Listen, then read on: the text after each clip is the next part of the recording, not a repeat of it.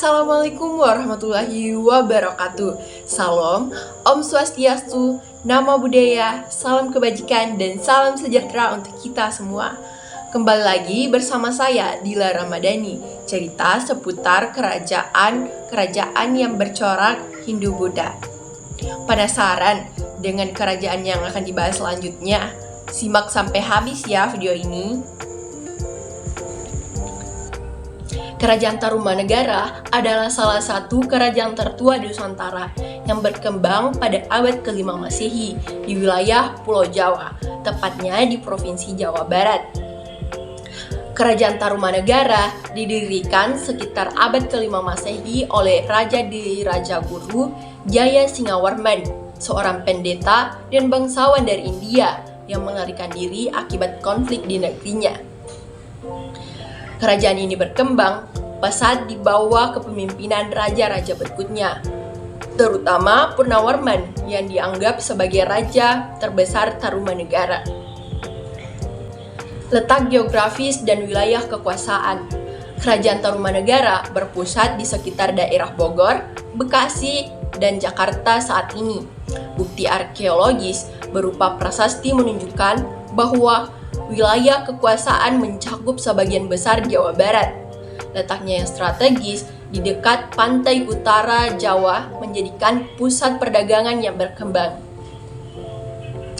Kerajaan Tarumanegara diperintah oleh beberapa raja, dengan Raja Purnawarman sebagai tokoh paling terkenal. Berikut adalah daftar raja-raja yang pernah memerintah Kerajaan Tarumanegara. Yang pertama, Jaya Singawarman abad ke-358 hingga 382 Masehi. Pendiri Kerajaan Tarumanegara, yaitu seorang pendeta dari India yang melarikan diri ke Nusantara dan dimakamkan di tepi sungai Gomati. Yang kedua, Dharmayawarman abad ke-382 hingga 395 Masehi. Putra Jaya Singawarman yang melanjutkan pemerintahan dan memperkuat kerajaan. Dan yang ketiga, Purnawarman abad ke-395 hingga 434 Masehi, raja terbesar Tarumanegara, yang memindahkan ibu kota ke daerah dekat Sungai Citarum. Memerintahkan pembangunan saluran air untuk imigrasi dan pencegahan banjir. Tercatat dalam prasasti Tugu, disebut sebagai titisan Dewa Wisnu. Dan yang keempat, Wisnuwarman abad ke-434 hingga 455 Masehi, pemerintahan setelah Purnawarman. Namun tidak banyak catatan tentang pemerintahannya. Dan yang kelima, Indrawarman 455 Masehi hingga 515 Masehi, memperkuat hubungan diplomatik dengan kerajaan-kerajaan lain. Dan yang keenam, Chandrawarman sekitar abad ke-515 Masehi hingga 535 Masehi, berusaha mempertahankan stabilitas kerajaan. Dan yang ketujuh, Suryawarman abad ke-535 Masehi hingga 561 Masehi, memperluas wilayah kekuasaan Tarumanegara. Dan yang kedelapan, yaitu Kertawarman abad ke-561 Masehi hingga 628 Masehi, memerintah dalam situasi yang mulai melemah akibat tekanan dari kerajaan lain. Dan yang kesembilan, Sudawarman abad ke-628 Masehi hingga 639 Masehi, salah satu raja terakhir Tarumanegara. Dan yang ke-10, Linggawarman abad ke-639 hingga 669 Masehi, raja terakhir Tarumanegara. Setelah pemerintahannya, Tarumanegara melemah dan akhirnya digantikan oleh Kerajaan Sunda dan Kerajaan Galuh. Puncak kejayaan Tarumanegara terjadi pada masa Raja Purnawarman yang meninggalkan banyak prasasti berisi catatan tentang pembangunan dan kemakmuran kerajaan. Sumber sejarah mengenai Kerajaan Tarumanagara berasal dari beberapa prasasti dan catatan asing. Yang pertama ialah prasasti. Terdapat 7 prasasti utama yang ditemukan di Jawa Barat yang berkaitan dengan Kerajaan Tarumanagara. Prasasti-prasasti ini ditulis dalam aksara Pallawa dan bahasa Sanskerta.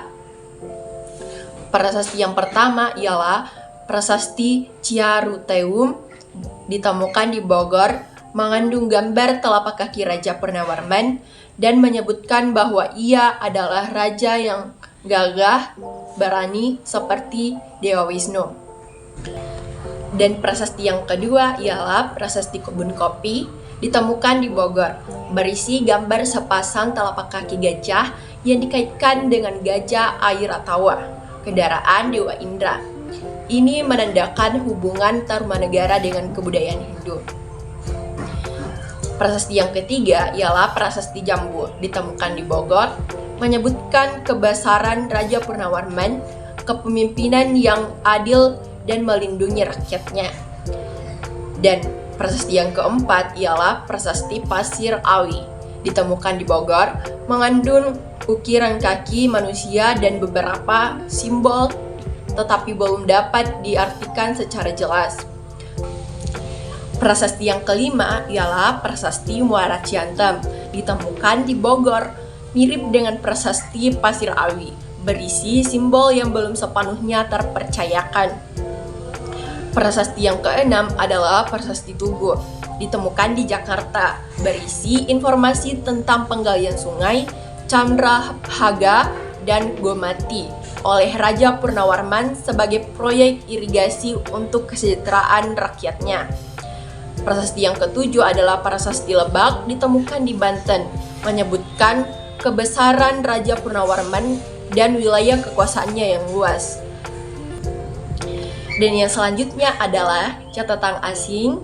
Selain prasasti, informasi tentang Tarumanagara juga diperoleh dari sumber luar negeri, yaitu catatan dinasti Tang, menyebutkan bahwa Kerajaan Tolomo, yaitu Tarumanagara, mengirim utusan ke Tiongkok pada abad ke-7 Masehi, menunjukkan adanya hubungan diplomatik antara kedua kerajaan.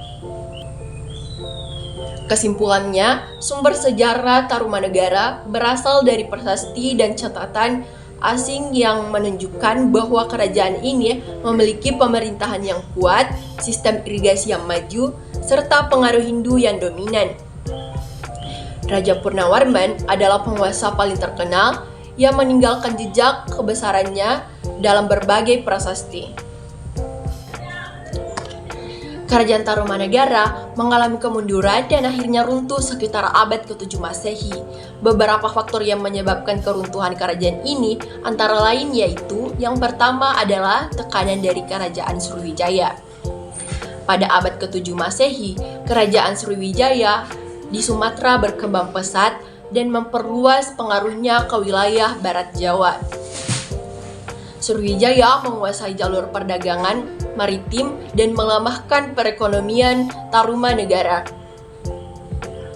Faktor yang kedua yaitu melemahnya kekuasaan raja-raja Tarumanagara. Setelah pemerintahan Raja Purnawarman, raja-raja berikutnya kurang memiliki kepemimpinan yang kuat. Pemerintahan menjadi lemah dan tidak mampu mempertahankan stabilitas kerajaan. Faktor yang ketiga yaitu perpecahan internal dan munculnya kerajaan-kerajaan baru. Setelah runtuhnya Tarumanagara, wilayah terpecah menjadi beberapa kerajaan kecil seperti Kerajaan Sunda dan Kerajaan Galuh. Perpecahan ini melemahkan kekuasaan Tarumanagara secara keseluruhan. Dan faktor yang keempat yaitu pergeseran jalur perdagangan. Pada masa itu, jalur perdagangan mulai bergeser ke wilayah lain, terutama ke Sriwijaya. Hal ini menyebabkan Tarumanagara kehilangan kendali atas perdagangan di wilayahnya, yang berakibat pada melemahnya ekonomi kerajaan. Karena faktor-faktor tersebut, Tarumanagara akhirnya runtuh dan wilayahnya dikuasai oleh kerajaan-kerajaan baru. terutama Kerajaan Sunda dan Galuh, yang kemudian menjadi penerus kekuasaan di Jawa Barat. Kerajaan Tarumanegara memiliki pengaruh besar dalam sejarah Nusantara, terutama dalam aspek politik, budaya, dan ekonomi. Pengaruh yang pertama ialah pengaruh dalam sistem pemerintahan. Tarumanegara merupakan salah satu kerajaan tertua di Nusantara yang menerapkan sistem monarki, kerajaan sebagai raja pemimpin tertinggi. Sistem pemerintahan Tarumanegara ini menjadi model utama bagi kerajaan-kerajaan di Jawa Barat, seperti Kerajaan Sunda dan Galuh. Pengaruh yang kedua ialah pengaruh dalam infrastruktur dan teknologi. Pembangunan saluran irigasi oleh Raja Purnawarman seperti yang disebut dalam Prasasti Tugu menunjukkan kemajuan dalam teknologi pengairan dan pertanian. Sistem irigasi ini memengaruhi pengembangan teknik pertanian di Nusantara. Pengaruh yang ketiga ialah pengaruh dalam perdagangan dan ekonomi. Tarumanegara terlibat dalam perdagangan maritim dengan India dan Tiongkok.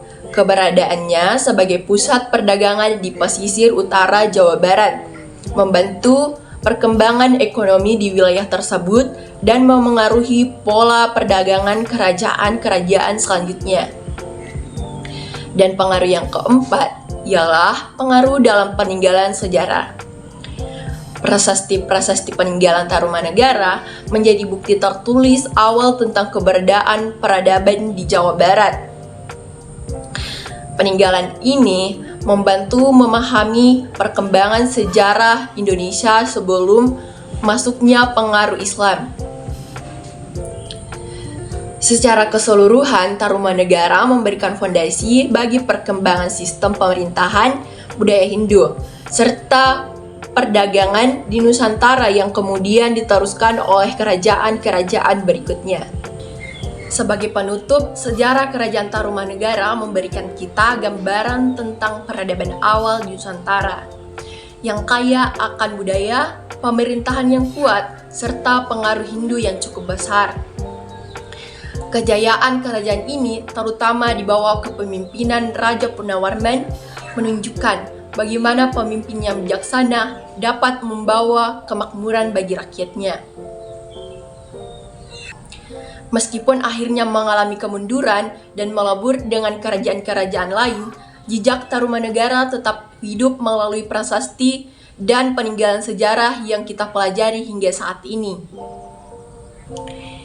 Dari kisah ini, kita dapat mengambil pelajaran tentang pentingnya kepemimpinan, pembangunan, serta warisan budaya yang harus kita lestarikan. Semoga sejarah Tarumanegara terus menjadi inspirasi bagi kita semua untuk menjaga dan menghargai warisan budaya. Terima kasih. Assalamualaikum warahmatullahi wabarakatuh. Salam, Om Swastiastu, Nama Budaya, salam kebajikan, dan salam sejahtera untuk kita semua.